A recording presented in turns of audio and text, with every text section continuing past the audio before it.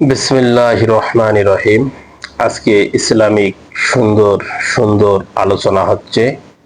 ভাই, আপনারা একটু কষ্ট হলেও এই কথাগুলো শুনবেন। অবশ্যই আপনি ঈমান মজবুত হবে, আপনার জ্ঞান বৃদ্ধি হবে এবং ইবাদতের দিকে আপনার মনোযোগ ফিরে আসবে।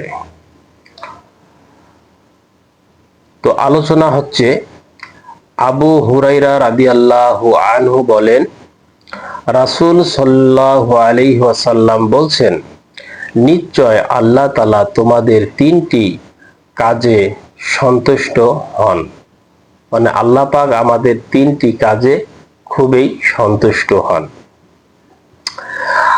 আবার বলছেন, তিনটি কাজে অসন্তুষ্ট আল্লাহ পাক হন এবং তিনটি কাজও আবার অসন্তুষ্ট হন।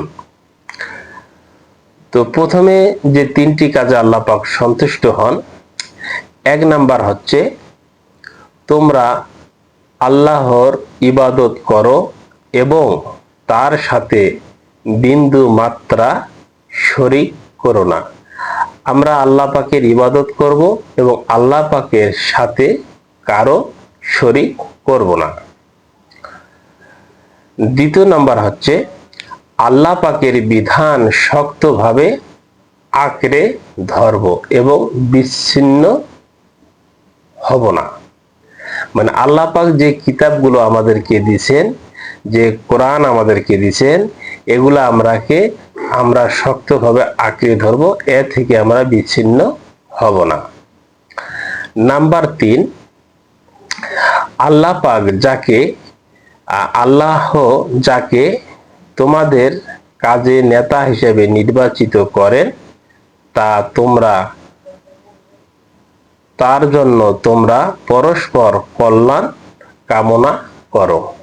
মানে আল্লাহ পাক আমাদের জন্য যে নেতা নির্বাচন করেছেন, তার জন্য দোয়া করা এবং তার জন্য কল্যাণ কামনা করা।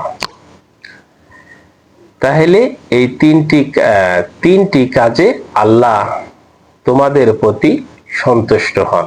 নবীজি আমাদেরকে এটা আবু হুরাইরা রাদিয়াল্লাহু আনহু থেকে আমরা জানতে পারলাম, তিনটি কাজে আল্লাহ পাক আমাদেরকে সন্তুষ্ট হন।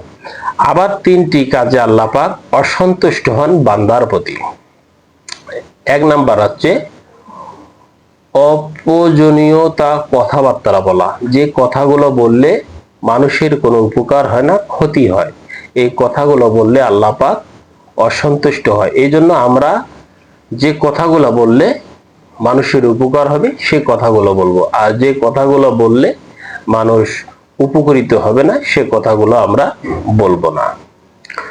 2 নাম্বার হচ্ছে